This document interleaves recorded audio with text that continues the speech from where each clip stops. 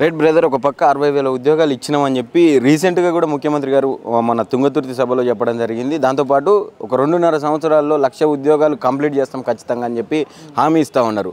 మీరేమో ఇంకా నోటిఫికేషన్ ఇస్తలేరు, జాబ్ క్యాలెండర్ ఇస్తుంది అని చెప్పి గొడవ చేస్తూ ఉన్నారు. ఏం చెప్తారు అసలు దీని మీద?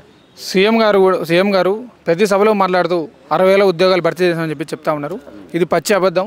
ఏ నిరుద్యోగిని అడగని ఈ మాట చెప్తారు. ఎందుకంటే గతంలో పూర్తయినటువంటి ఉద్యోగ నోటిఫికేషన్లకు నియామక పత్రాలు ఇచ్చి మీ 60,000 ఉద్యోగాలు భర్తీ చేసామని చెప్పేసి వీళ్ళు చెప్పే ప్రయత్నం చేస్తూ ఉన్నారు. ఇంకొక మాట రేవంత్ రెడ్డి గారు ఏమంటా ఉన్నారు, నిరుద్యోగులు అందరూ కూడా ఉద్యోగ నోటిఫికేషన్ వద్దని ధర్నా చేస్తారని చెప్పేసి కూడా రేవంత్ రెడ్డి గారు చెప్తా ఉన్నారు. ఇప్పుడు ఇంతమంది ఇక్కడ చేస్తున్నాం, చిక్కడపల్లి లైబ్రరీలో ఉద్యోగాలు వద్దని చేస్తున్నామా? మెడకాయ మీ తలకాయ ఉన్నాడు ఎవడైనా సరే ఉద్యోగ నోటిఫికేషన్ వద్దని ధర్నా చేస్తారా? అసలు ఎవరు చేస్తారు? టైం సరిపోతలేదంటే మీకు ప్రిపరేషన్లకు. మేము ఆ రోజు చేసింది ఏంటంటే గ్రూప్ 2 ఆ రోజు మీరు అధికారం రావడం కోసం మేము తిరిగినాం, కష్టపడడం, ఊళ్ళు తిరిగినాం. త్వరలోనే మా గ్రూప్ 2 ఎగ్జామ్ కూడా దగ్గరలో ఉంది. మాకు సిలబస్ పూర్తి కాలేదు, మాకు కొంచెం సమయం కావాలి కాబట్టి ఎగ్జామ్ పోస్ట్పోన్ చేయని చెప్పినాం. కానీ ఎక్కడ ఉద్యోగ నోటిఫికేషన్ లేదని చెప్పేసి మేము ఎక్కడ చెప్పలేదు.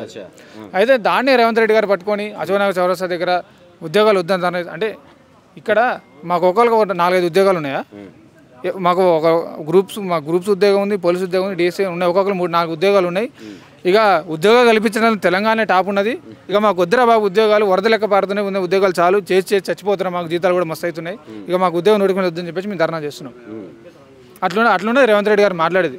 ఇవాళ ఇంతమంది సుమారు ఒక 3 నెలల నుంచి కూడా ఉద్యమాలు కానీ ధర్నాలు కానీ రాస్తారోకలని చేస్తూ ఉన్నారు. సరే మీరు కూడా కవర్ చేస్తూ ఉన్నారు, చూస్తూ ఉన్నాం మనం అందరం కూడా. ఉద్యోగ నోటిఫికేషన్లు వద్దని చెప్పేసి కూడా ఎవరైనా మాట్లాడిరా? ఏ మీడియా ఛానల్ ముందని ఏ నిరుద్యోగ అయినా సరే ఉద్యోగ నోటిఫికేషన్లు ఇవ్వద్దు అని చెప్పేసి ఎవరైనా మాట్లాడిరా? ఏ న్యూస్ ఛానల్లో అయినా? కాబట్టి వారు ఏదో కల్పించుకొని మరి వాళ్ళ పక్కన వాళ్ళు చెప్తున్నారా, వాళ్ళు మాట్లాడుతున్నారో అర్థం కాదు. కానీ ఇక వాళ్ళు ఇష్టం వచ్చి మాట ప్రయత్నం చేస్తూ ఉన్నారు. మొన్న సభలో కూడా రేవంత్ రెడ్డి గారు మాట్లాడుతూ ఫస్ట్ టైం మీరు సంవత్సరం 2 లక్షల ఉద్యోగాలు భర్తీ చేస్తామని చెప్పేసి అన్నారు. మొన్న మాట్లాడుతూ 2.5 సంవత్సరాలు 1,00,000 ఉద్యోగాలు భర్తీ చేస్తామని చెప్పేసి అన్నారు. 2 లక్షలు 1,00,000 అయినాయి. ఒక సంవత్సరం పోగానే 50,000 అంటాడు, ఒక 6 నెలలు పోగానే ఒక 1,000-2,000 ఏదో కొసరు అట్లా వాసన చూపిస్తుంటాడు.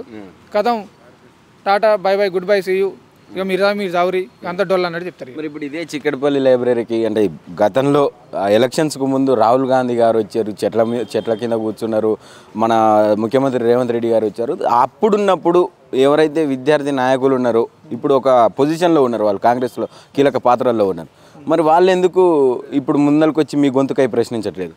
ఆ మేధావులకు ఉద్యోగాలు వచ్చినాయి కదా, ఆ మేధావులకు ఉద్యోగాలు వచ్చినట్టు వాళ్ళ ఉద్యోగాల కోసం వాళ్ళు చేసినట్టున్నారు. ఇప్పుడు నిరుద్యోగులు ఎక్కడ మిగిలిపోయినాయి, వాళ్ళకు ఉద్యోగాలు వచ్చినాయి కదా, మరి మాకు ఉద్యోగాలు వద్దా?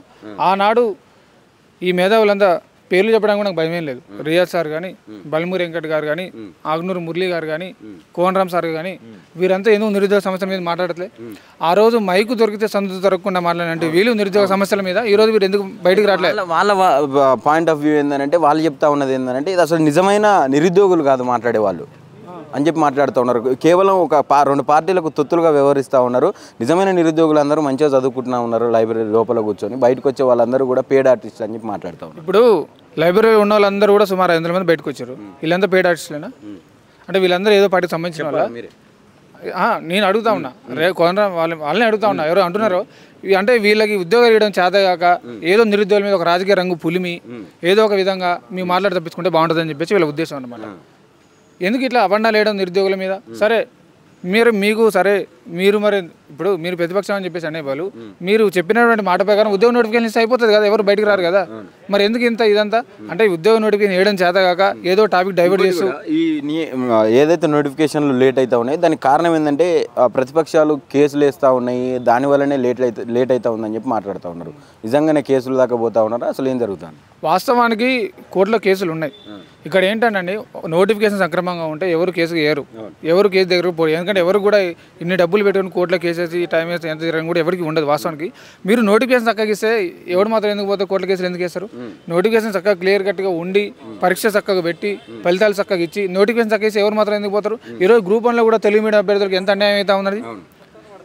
ఉస్మానియా యూనివర్సిటీలో చదివే ప్రొఫెసర్లు కూడా వాళ్ళు కూడా మేము ఆల్రెడీ ఉద్యమ చరిత్ర చెప్పేటోళ్ళం, మాకు కూడా తక్కువ మార్కులు వేసారు, మా బాధ ఎవరు చెప్పుకోవాలని చెప్పేసి కూడా వాళ్ళు చెప్తా ఉన్నారు. ఈరోజు ఎందుకు తెలుగు మీడియం అంటే ఇంత చిన్న చూపు తెలుగు మీడియం అభ్యర్థులు అంటే?